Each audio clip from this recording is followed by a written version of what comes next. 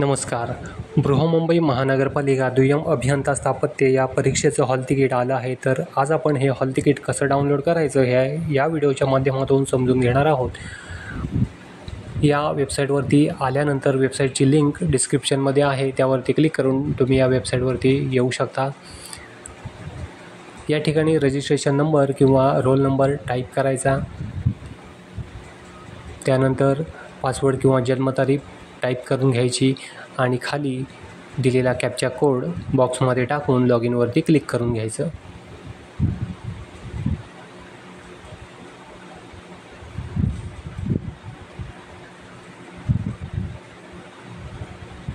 Log in झाल्यानंतर hall ticket याप्रमाणे दिसेल. ते वरती क्लिक हिअर टू प्रिंट यावरती क्लिक करून प्रिंट काढून ठेवायची. तर या व्हिडिओमध्ये इतकंच होतं. आशा करतो व्हिडिओ समजला असेल तर व्हिडिओला लाईक करा, शेअर करा आणि आपल्या चॅनलला सबस्क्राईब करा. धन्यवाद.